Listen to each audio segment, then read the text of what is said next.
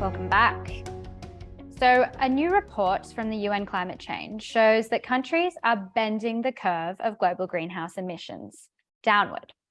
But it also underlines that these efforts remain insufficient to limit global temperatures rise to 1.5 degrees Celsius by the end of the century. These findings we also just heard from Yasmin from the IEA. According to the report, the combined climate pledges of 193 parties under the Paris Agreement would increase emissions by 10.6% by 2030 compared to 2010 levels, and could put the world on track for around 2.5 degrees Celsius of warming. How can we keep the 1.5 degrees within reach?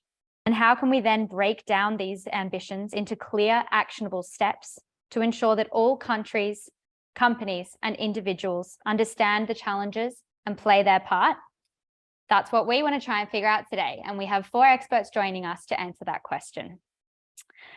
First up, we have Benedikt Gerber. He has a background in portfolio management from a biomethane company, business development for energy services, consulting, training and advisory at various energy organizations, and is now managing director at eQuota, a Berlin-based startup best described as the Amazon marketplace for regulated environmental products and markets. Their focus so far has been enabling and standardizing transactions in and trading of greenhouse gas emissions quotas, from e-mobility to biomethane, in Germany and Austria. But they're about to expand in various European markets and become a one-stop shop to handle all processes relevant to sellers and buyers. Benedikt, thank you so much for joining us today. Thanks for having me, Greta. Really happy to be here. Excited. Great. Me too. We also have Michael Villa, who has been the executive director of SmartEn since January last year. Before that, he was leading the advocacy efforts of the association as head of policy. He has more than 10 years of experience in shaping EU energy policies as a consultant, working for multinational corporations and a large spectrum of European associations. He has also worked in the European Parliament and at the Embassy of Italy in Denmark during the UN COP15.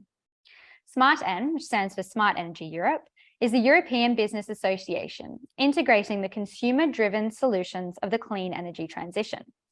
Their 75 members deploy on-the-market solutions to activate the demand-side flexibility of all end users, responsible for 13 gigawatts of flexible capacity across 15 European countries. Michael, pleasure to have you here today with us. Thanks a lot, Greta, and thanks, gridX, for organizing this good discussion. Our pleasure. We also have Serafin von Roon, who has worked at the Forschungsgesellschaft für Energiewirtschaft, or FFE, or in English, the Research Association for the Energy Sector, for more than 19 years. And he's been the managing director for 11 of those. The group advises customers from industry, the energy sector, and the public sector on all issues relating to the energy generation, distribution, efficiency, and savings. Serafin, thank you so much for being here. Yeah, thank you. I'm happy to be here and I'm looking forward for the discussion. Great, so are we. And finally, we do have Rigmor Haga, but she, well, I'll introduce her and hopefully she'll be joining us, is Easee's Sustainability Director. She's worked with sustainability and social responsibility in various forms since 2007. She worked in a number of industries, from oil and gas to food and textiles, before landing in green tech at Easee in October last year. Here she leads the sustainability department, whose purpose is to convey and manage the sustainability impacts they face by focusing on people and the planet throughout Easee's operations and production. Easee develops innovative solutions for charging and power management of technology to provide an ecosystem that will give customers a seamless experience from A to Z. Their ambition is to become one of the largest companies in green tech in the world by 2031 by shaping the future of electricity. Rigmor, I think we have you here? Yes. Perfect. Thank you for joining us. Thank you for having me. So, yeah. Okay, so let's go straight into the discussion. Benedikt, what is holding us back from becoming carbon neutral by 2050? And how can we translate emissions reductions into concrete steps? Thanks for that question, Greta. I mean, yeah, it's such a multifaceted question. I would say the simplest answer is twofold. I would say, for one, it's ourselves by in terms of how seriously we take as a consumer, as companies, the mobility and energy transition in terms of switching to more sustainable means of mobility, such as EV mobility, gas mobility through biomethane or through hydrogen, of course. There is a lot of regulation, on the other hand, that's holding us back as well. I mean, if you look at the one graph that I was thinking of bringing with me, which is quite devastating, in fact, is the amount of CO2 emission reductions in the mobility sector that we've achieved in the past 20 years, which is basically 0%. And if you look at other sectors such as the energy sector, real estate, they've come along and far away, a long way, and come far so far in their efforts to reduce emissions. But from our standpoint, especially as eQuota, as you mentioned, trading and processing transactions within a lot of different quota products. So what does that mean? Basically certificates of CO2 emission reductions or GOOs or the likes, or for example, emission certificates from biomethane. You can see how difficult a process it is that companies have to go through in order to be able to monetize on these emission savings, and how much of a demand side driven market it still is. So mostly we work with quota obligators, which means mostly oil and gas companies or all companies that can't meet their emission reduction targets. And that is definitely something we, as the seller side, I would say, like, because we see ourselves more of a giving access to companies that want to trade in these emission reductions. It's very difficult to get a hold of these companies, because like the buyer side, because it's still a very much like, you know, oligopoly, you could call it.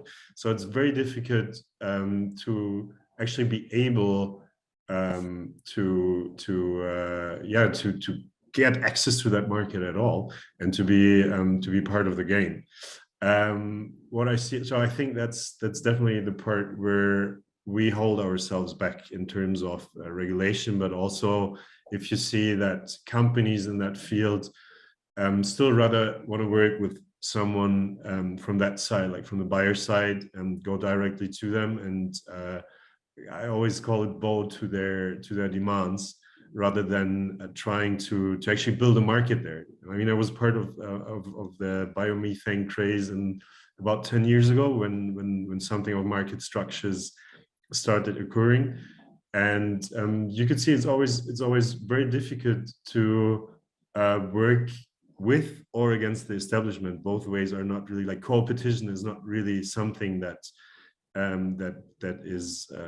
is usual for them, meaning that they rather, like, they have a very linear approach to the whole market, and still think in the same ways. I feel like, or at least in the trading, it still feels like we haven't come very far in the past 15-20 years. So for us, very concrete steps are making this market as accessible as possible to households, consumers all around the world, but also especially companies that we make sure they get paid as much as possible by the buyer side, in order to actually get the transition moving. Thank you, Benedikt. And Serafin, moving on from that, are specific targets for EVs, PVs, heat pumps, and so on, ambitious and holistic enough? Do they align with the overarching emissions reductions targets? Yes, but maybe before I come to this point, some additional points to the good things Benedikt says. I think there are also two strong forces which are holding us back in the history, and it's first thing is there are something like natural exchange rates in some areas. The extremist is in the housing, where normally you do a refurbishment only every 100 years, so 1% per year. You can say it's only once per 100 years. So this is much too slow. Or in the industry, we have sectors where the natural exchange rate is something like 40 years and so on. That's very. And the other thing is for sure what we have learned. Everybody, I think, the cheap natural gas price we saw in the history. So now we see the additional cost to move away from this, and now it's changing. Yeah, but now to your question. Yeah, the ambitious goals. So now in Germany, I start with Germany. We have this new government, and they set up a new set of really ambitious goals until 2030. And if you look into the climate neutrality scenarios as we calculate them, you can say these goals are on track. So first part of the questions, I would say these goals for Germany are ambitious enough if you want to achieve climate neutrality until 2045. But maybe they are not holistic enough to the second part of your question, because a lot of comes with them, like grid extension. So they are not specific goals for grid extension, but a lot of goals for renewables. And so I think you can do it better. And I think the main problem is that if you look into the goals, and they look nice, like 6 million heat pumps until 2030 in Germany, or 500,000 per year, or 15 million electric vehicles until 2030, or 215 gigawatts PV, and 115 gigawatts onshore wind.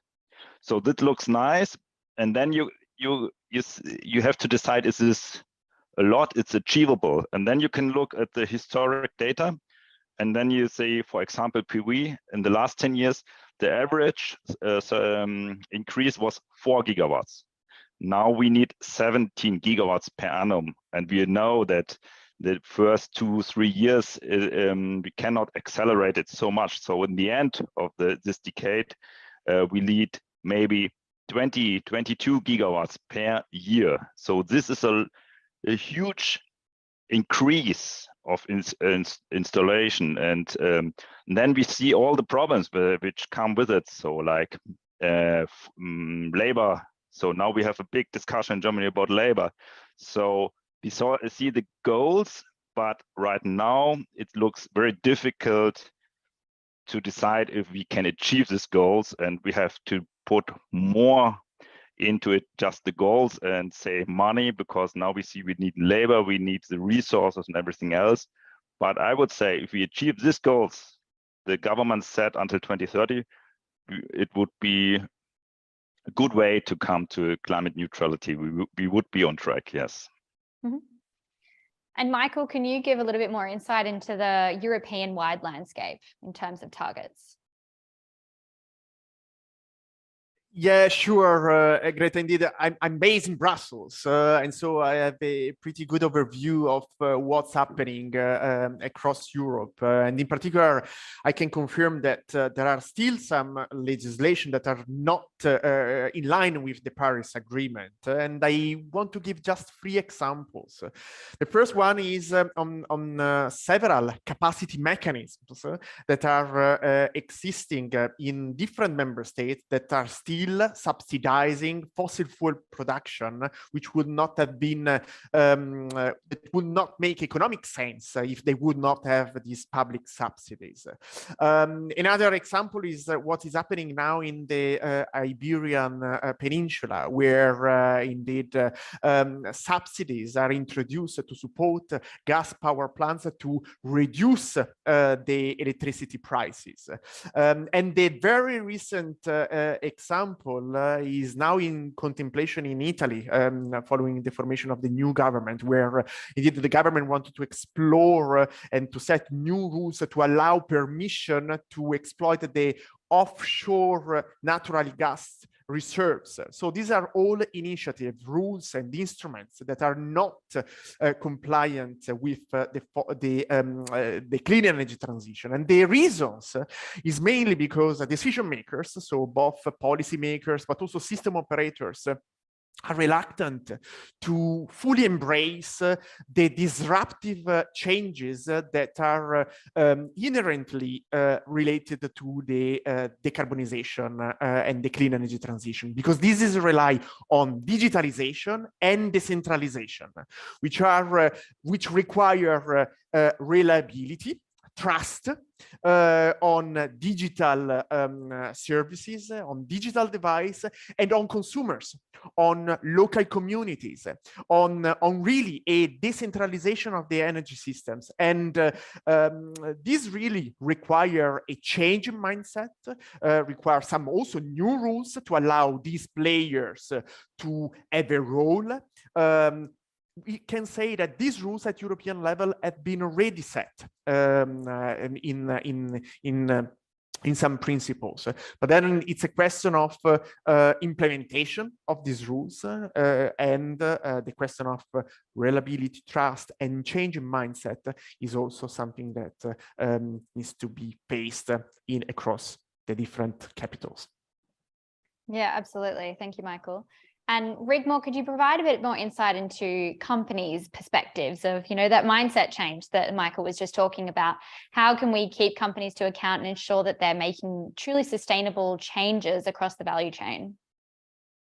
Yeah, I think it is a problem that sustainability is still seen as an expense for many and not necessarily as an investment for the future. So there is a balance there between the long-termness of sustainable and sustainability investments, which for many are still seen as an obstacle or an incompatibility with the benefits of getting something immediately in short term.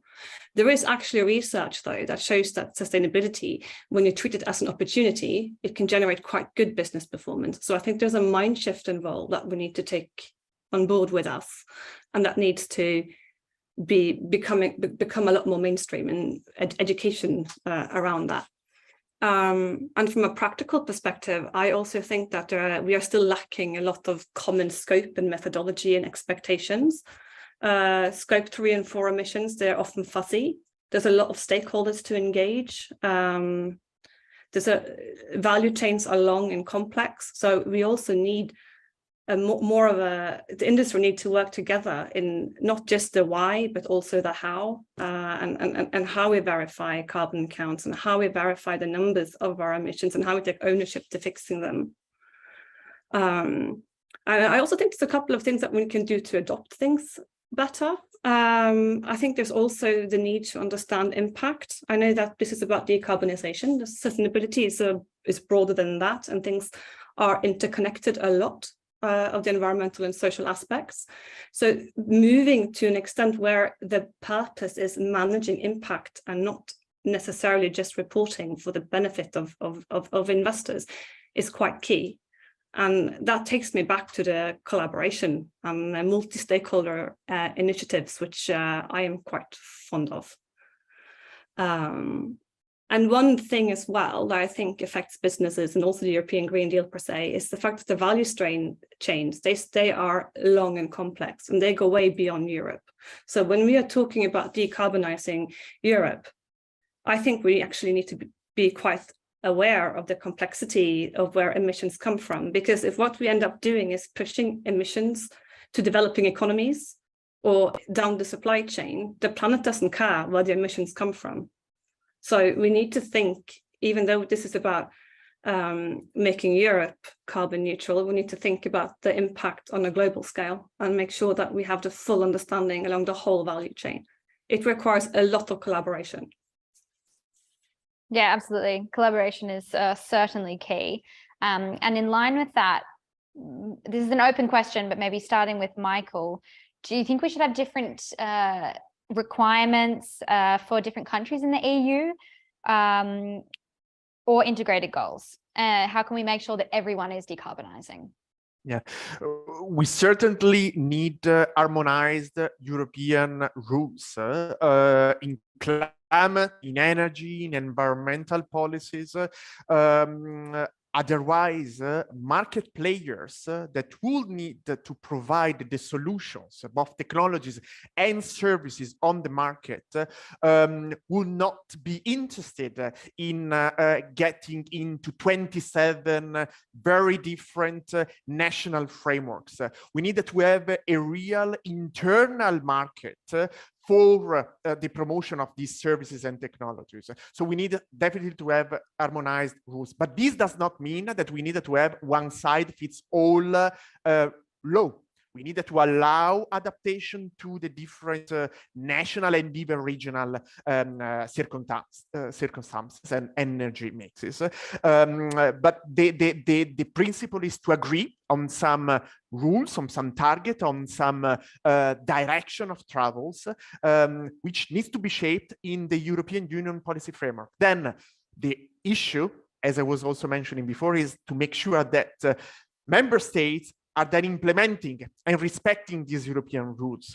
And we have a lot of experience where indeed we have these harmonized and agreed European frameworks, but then member states are not complying on this. And this is creating a problem for this market-based, consumer-centric clean energy transition that we need to achieve in really rapidly.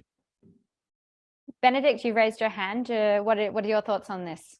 Yeah, it's actually a great point that Michael is making, and I'm a little torn on that because I totally agree with what you're saying. For me, the problem is that I see you either need an integrated goal and then a way of, because I mean the actual delivery, the lawmaking is going to happen in the countries. I mean, even in a country like the United States, where the integration of a federal system is way more advanced than ours, they still have like different approaches in every state, and that's just a country. And the European Union is not even that far along, especially if you look at the state of the digitization that we see, because that's the problem. I mean, that's our raison d'être, if you want to put it that way. Like we exist because it's such a problem to scale the approaches of delivering on these different regulations that you have in all the countries, which wouldn't be such a big problem if I could just access, let's say,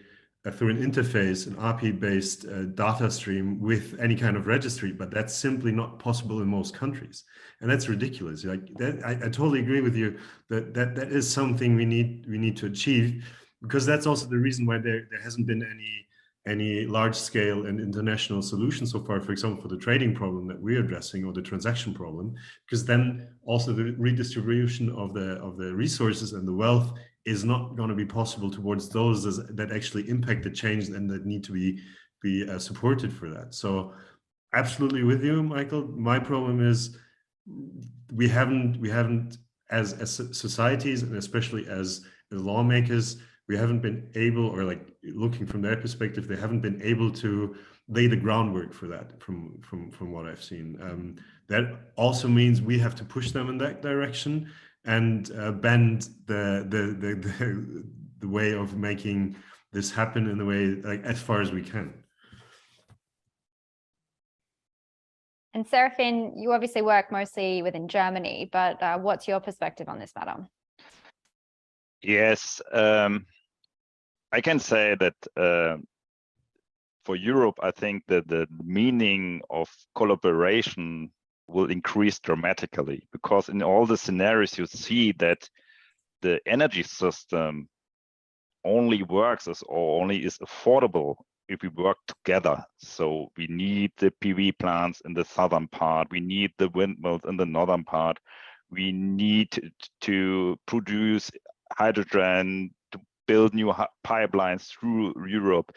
So I think it's absolutely important that we see it in the European society as one project. And I think it's on the political area, it's difficult, because sometimes if you hear the politicians and so talking about the issue, then sometimes it seems more like a competition, and we have our goals, and especially in Bavaria, then we set a new goal, then we have 2050 in Europe, then we have 2045 in Germany, and then Markus Söder says, now we make it in 2040. So it's more like a competition, but now we are all looking on the security of supply. We see how important collaboration is, and I'm a little bit afraid of, because I mentioned before that I think one really big issue is the labor force we need to do all the things, and Germany is rich, so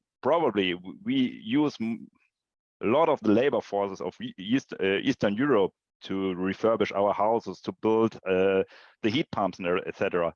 But it doesn't help the climate if we have the old housing stocks in eastern part of Europe, because no one is there to refurbish their houses. So I think there we need a European solution, for this problem. Mm-hmm.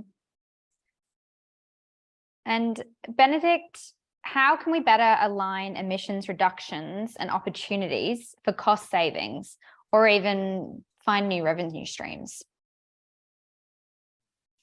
Well, I would say the easiest approach on a European level, you can see working with the EU trading scheme. In that sense, something along the lines needs to be happening for more markets than just like putting a price on carbon and basically taxing that in that sense.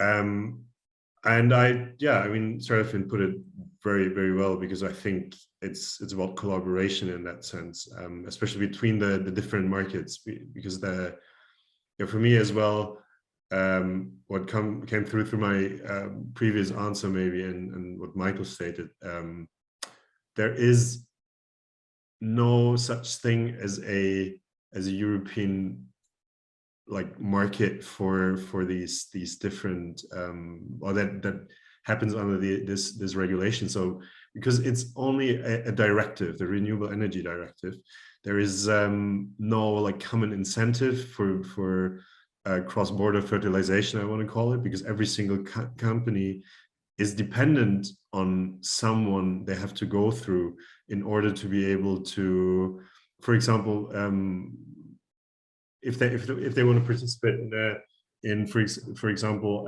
making their valuable emission reduction to monetize it in one country, they're gonna have a totally different approach, or at least somewhat of a different approach in another country.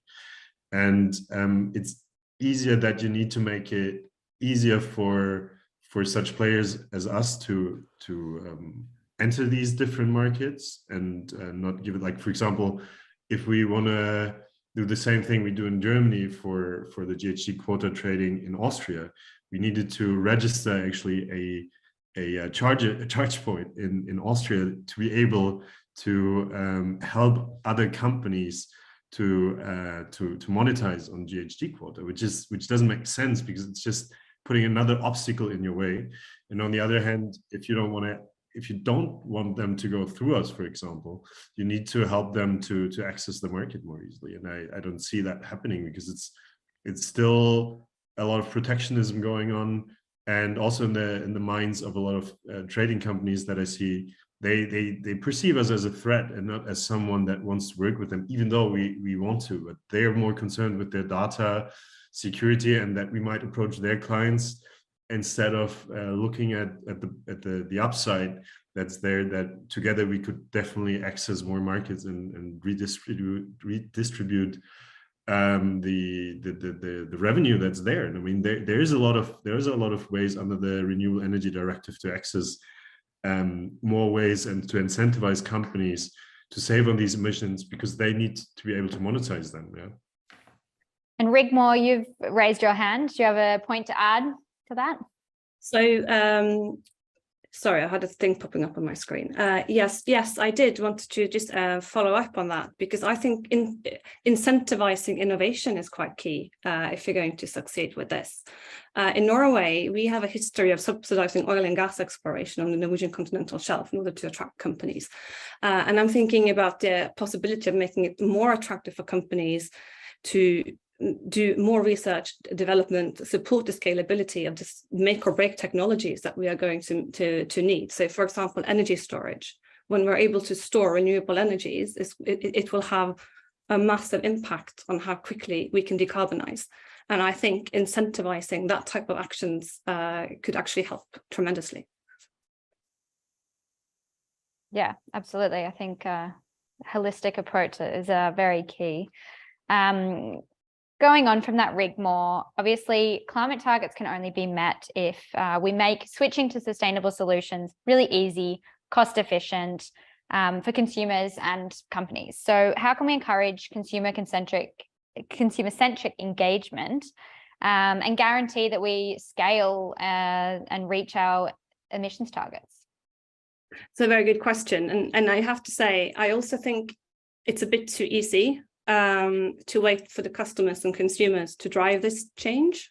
I think we need a systemic change, and we need to be aware that quite a lot of consumers won't actually have necessarily the insight into every single thing they buy or purchase to know what sustainable choice is best, most sustainable or even possible. So I actually think that, especially within energy, solutions need to be autonomous and efficient. It's a bit like good design, right? I don't want to have to think about it. I just want it to work. I want it to be seamless. I don't want to have to run around my house and switch off the heating at 2 because I'm going to cook something at 3 and put the timer of the washing machine. I just want things to work as smoothly as possible. And I think we have to offer that to the consumer. And it also means that we need a lot of collaboration before things get to the end in the consumer market. So, you know, in Easee, we talk a lot about our ecosystem, because this is what we are envisaging moving into, is this place where all the things that use electricity are harmonized and the load is balanced, and it should be easy for the consumer to use. Beyond that, I also believe in transparent information for the consumers, and it needs to be streamlined. It needs to be the same in this country as in this country as in this country. If you have 2 labels that look the same and they have completely different requirements to them, and the only difference is the shade of green or the shade of blue, it's really easy to fool the consumers into thinking that they are doing something really amazing with their purchasing power, and they might not actually have the insight that they need. So transparent and simple information is my other piece. Yeah, and Benedikt, do you have something to add there? Yeah, I just want to second that strongly, because I think Rigmor just made a great point, especially about, firstly, or 2 points actually, that I see like eye to eye with. So for one thing, putting the responsibility of this change on consumers and companies that are actually on the far end of the developments, it feels ridiculous sometimes, because it's always like there's a huge, like it feels like an elite that is basically shying away from this, from taking their part of the responsibility, at least maybe at least to pay for the pollution that they've caused.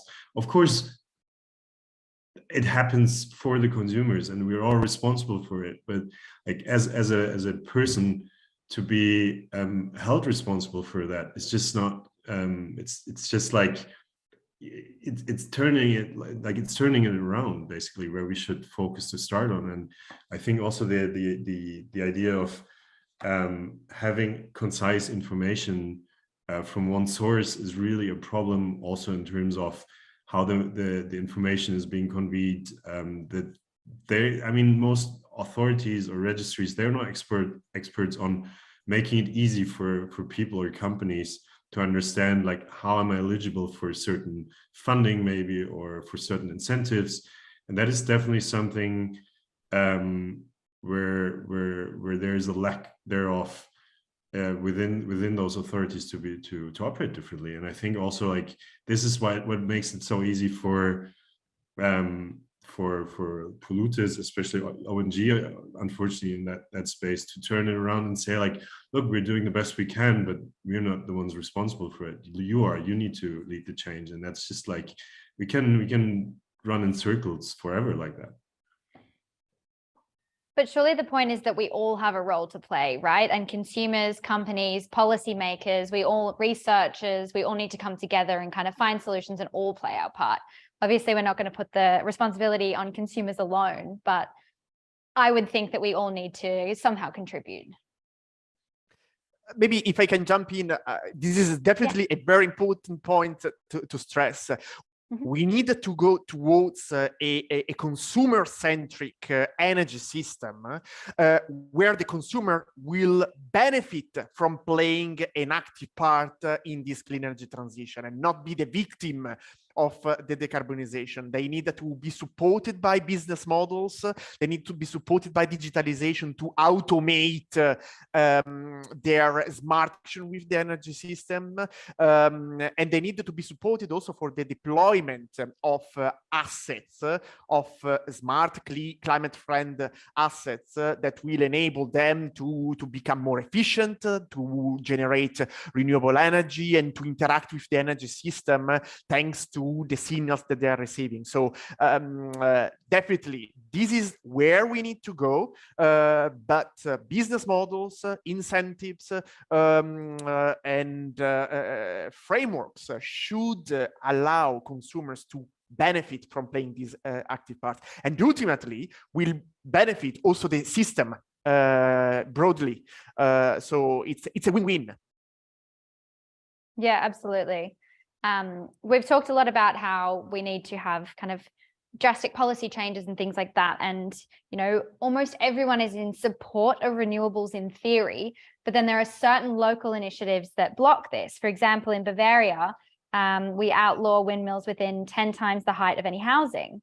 Serafin, how can we ensure that local initiatives also support these wider goals and enable this system change? Yes, it's a tricky question. Yeah. So in the past, I think, especially in Bavaria, there were two approaches and they weren't so successful. The first thing was participation. So there were, talks in the municipality with the people, they're explaining a lot, but also the need and everything about climate change and the benefits. And actually, it helped, but not enough. So because there were still a lot of people, they were strictly against it. And there are people who are against everything new. So it's not only renewables, not only windmills, it's not only big PV plants. They're also against the new grid extensions, and they will probably against hydrogen and everything else. So this wasn't so helpful. And the other approach is money. So we changed the law in Germany that there will be more from the business tax from the company which installed the windmill in one municipality. So more of this business tax comes to this municipality and not to the company where it's situated. It helps also because then you can say in the municipality, yeah, here this kindergarten is financed by this PV plant or something like this. But also here, there are strong players in the rural area where they don't need the money, they don't care, they just say we don't need it. So it's difficult, and it will be more difficult because in some way the politicians can at least say, let's get climate neutral. So we need 100% renewables. But in a few years we will see that's not enough, because we need much more than 100% in the rural areas to get climate neutrality overall. For example, for the big chemistry companies or for the BMW plant in Munich and for the big cities. So now then we have to explain them in the rural areas. 100% is not enough. You have to make 200% renewables that we can have enough renewables in the cities. So this will be a much bigger problem I see in front of us to explain to people why they have to build more PV, more windmills, etc. Not only for them, also for the others, for their jobs, to drive a nice car, etc., etc. And this brings me to the last thing where I've seen some positive impact. And that's the big companies or companies in these areas. If a big company comes and says, we need right now green electricity, we need right now, or at least in 10 years, hydrogen. Otherwise, we will lose in the global competition, not because of the costs, because we have to get climate neutral. So the shareholders want us to get climate neutral, and otherwise we go to Texas or somewhere else. So then the politicians and also the people who live there get a little bit afraid and say, okay, now we have to do something. Now we have to invest because otherwise we lose our jobs. It's not a nice idea to motivate people, but I've experienced that it worked. Yeah. So these are my experiences here in Bavaria. Mm-hmm. Thank you for that contribution, Serafin. And Michael, you have something to add there. Yeah, I think that pushing on fear and would not be the best way to have an engagement of consumers or an acceptability. The best way will be indeed, as I said before, to make sure that they are benefiting from these deployment of assets, and everything should be really looking at and prioritizing the local optimization. So just to give an example, consumers households might be against the construction of a windmill or a windmill in their countryside. But if this renewable generation is used to supply their homes, then they will have a direct incentive. So it's a local optimization that is going to benefit themselves for this construction of new assets that we need to increase in deployment across Europe. So really, local optimization by having consumers benefiting from these will be a way of overcoming some of the oppositions. Serafin? Maybe, yes, thanks. I'm 100% with you, Michael. So I think that's the way to go. But I've seen in the history that you can't get to the last 10, 20, 30% of people. So there's still this amount of people, and we don't know how low we have to go.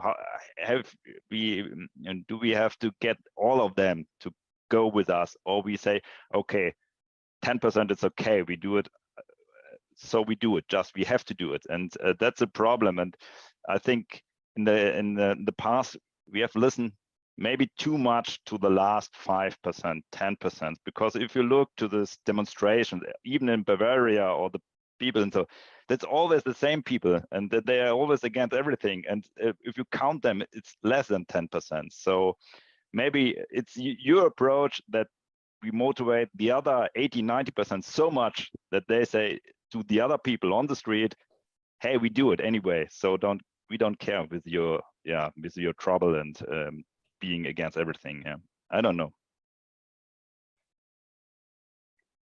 I'd be interested, Rigmor, to get your perspective on this, because I think a lot of what we've been talking about is how important communication is and education, and ensuring that people know the benefits of what they get. So rather than seeing a windmill outside of their house, they see the financial benefits that they can get from it and the systemic benefits that everyone can enjoy. What's your perspective on that? So I really believe in engaging with stakeholders locally. I believe in developing models where the local communities will benefit and see very clear ripple effects in a positive way for the initiatives that are happening locally.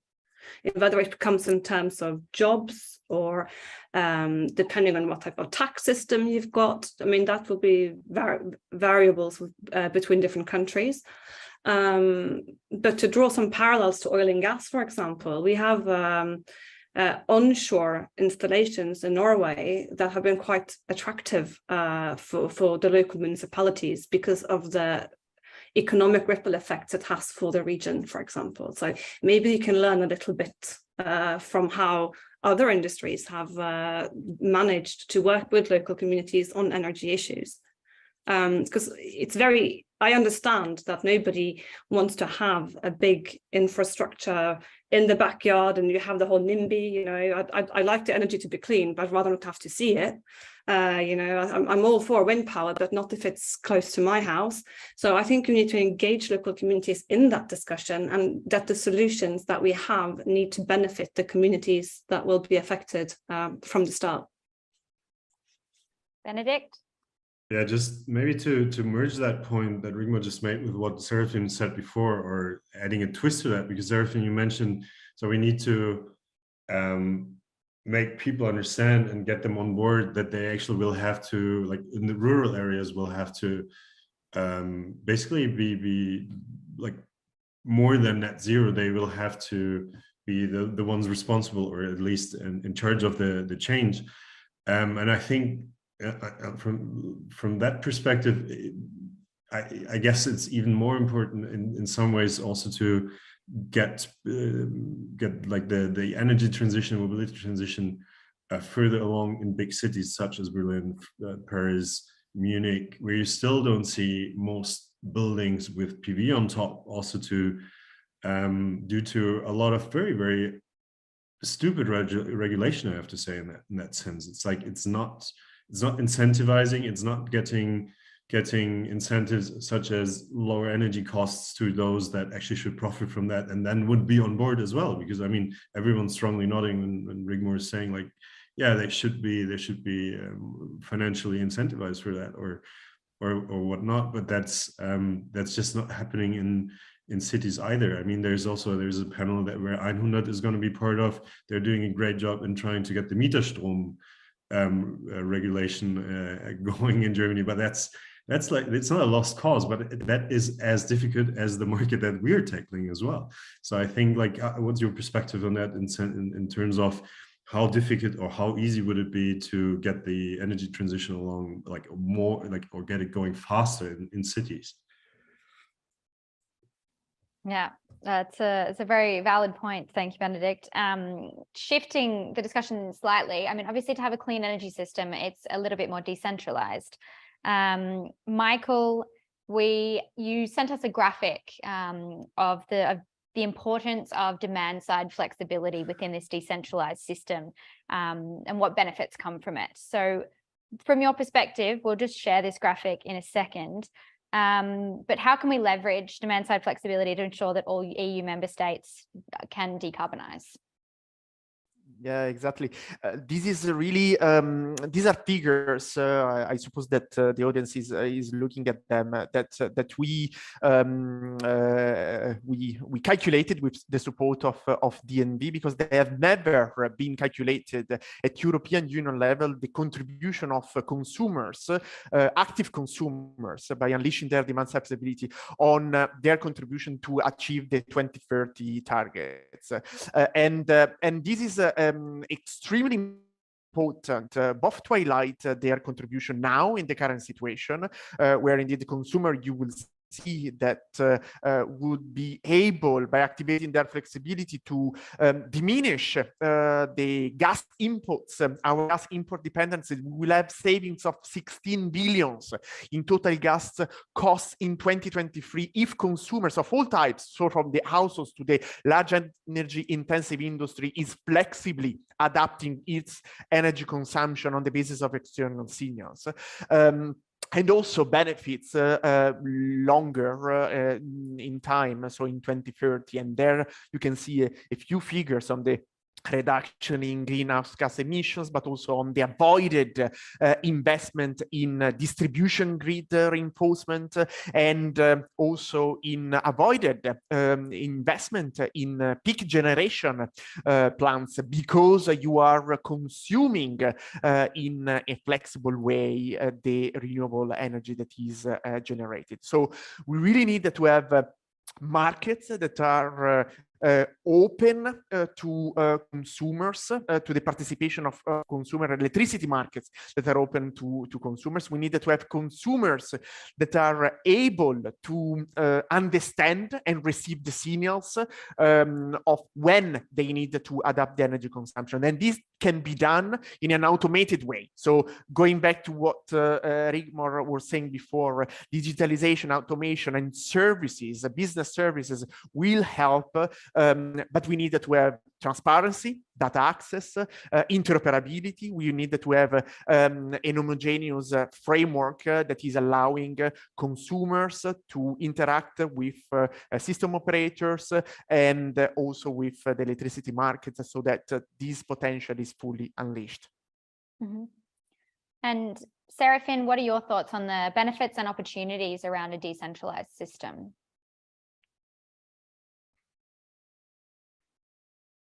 Yes. First of all, we're going into a decentralized system, so this is not optional if we prefer a decentralized system, and it has a lot of chances and opportunities. So as we talked before, so it's a big chance to participate for the people, for the companies, and it's also a big chance, if they are participating, providing flexibilities, that the overall cost decrease dramatically. We don't need so much grid extensions. We get a better number for security of supply, and so it's absolutely important that we find a way that we use this decentralized system. I think there's no other option in an optimized way, so that we still have security of supply, and we don't have too big, too big investments in grid extension and storages, etc., etc., etc. Yes. Mm-hmm. And then when we think about adding electric vehicles into this system, it obviously adds a lot more complexity. Rigmor, what is your view? Obviously, decarbonizing at the same time as decentralization, at the same time as more electric vehicles, there's so many conflicting challenges. How can we ensure that we focus on the right thing and leverage these opportunities for new energy services such as what Easee is providing?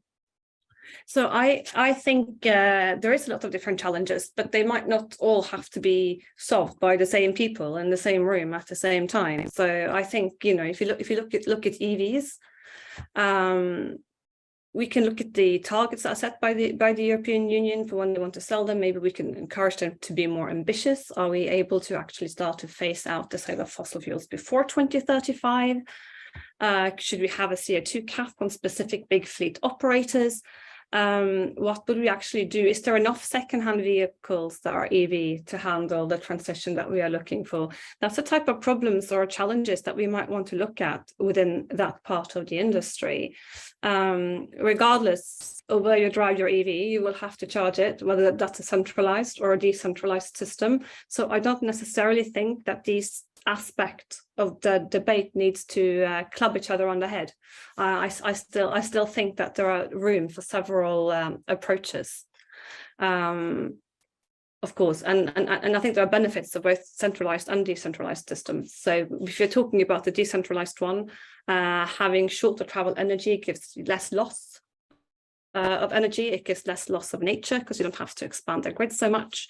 It gives less vulnerability for disruption, but it also makes you a lot more vulnerable to that energy source that you are connected to. So you won't be able to balance it the same way as if you have a wider system. So There's a lot of different concerns, and I keep coming back to the fact that people need to talk, and they need to do proper impact assessments and see what's the most feasible thing for us to do now, what's most feasible for the long term, and how do all these pieces of the puzzle fit together. And there will be regional differences and political differences. That means that you might not have one size fits all in that transition. And I think understanding those nuances are quite key. Yeah, absolutely. Thank you, Rigmor. Unfortunately, we only have a few minutes left. So I'd like to just see if anyone has any closing remarks. Again, kind of coming back to our main question of how can we close the gap between ambition and action? Benedikt, do you have anything to add at the final last minutes? Thanks for asking. That's a very, very big question you're putting forward in the as the last one. I would definitely say I would also strongly encourage educating and informing the broader public, also companies, why it's not a more difficult and possibly dangerous future that they're headed for, also in terms of why more complicated or complex systems are not more complicated if you manage them well, and if you're what Michael is also advocating for, looking at also just the opportunities that lie there, and how you can, as Rigmor just mentioned, also make the system more stable in that sense. If you're just make sure that the interconnections are well managed. But I think in the end, for me, it also boils down to laying the groundwork. I think that's something we want to do 2 steps before we finish the first one, which is like, we're still not digital. We still don't have smart meters in Germany. We still don't see PV on the rooftops in the cities, like everywhere. I think that's like we need to have a plan how to finish that before we go the next even more demanding steps, because there's still people like Varoufakis, for example. Most people should still know him as the former Greek financial minister, who still believes that we should have a centralized system. And as long as people like that say that it's a natural monopoly, we still need to educate more and more to hold against that. And I think it's great to see that there's a lot of people willing to do that. Thank you, Benedikt. Any final words, Michael? Cooperation, it's extremely important between all parties. So from the consumer, from the industry, system operators, public authorities of all levels. So really cooperation is extremely important. Stimulate innovation, stimulate digitalization that can support ambition. Because without ambition and without having a positive attitude on the possibility of us to achieve this climate neutral scenario, we will not be able to face the challenges ahead. Thank you, Michael. Serafin? Yeah, difficult to add something new. That was perfect. So maybe something else. Something optimistic. We work a lot with companies together which wants to get climate neutral, and there are a lot of companies, big companies, they're taking this serious. And I think there, from this side, there can come a big push, because they want to get climate neutral 2028, 2030, 2035 or so. But they want to be much more fast or quick than policies. So maybe we should help them on this way to provide the green energy in form of electricity, in form of hydrogen, and then the people see that this is economical feasible, that's providing jobs. It's a good way to go. It's not only green policies. It's the economy. It's the best way to go. It's the cheapest way. So maybe we should use this push from the economy to bring this drive also to the society. So yes. Absolutely. Thank you, Serafin. We've actually reached time, but Rigmor, do you have anything else to add? I have one. The IPCC has very clearly stated that one key factor holding us back is the lack of private sector engagement. And I think what we really need to do is to create the same proactive ownership of emissions as we have for financial performance. It's not a trade-off between financial and environmental performance. So I think that's actually one of the key things that we need to be able to switch in people's minds, is the fact that you own your emissions the same way that you own your finances. They're yours and you have to manage them. Really strong finishing point. Thank you so much, Rigmor. And thank you to everyone who's taken part. We'll be back in 2 minutes talking about the gas crisis.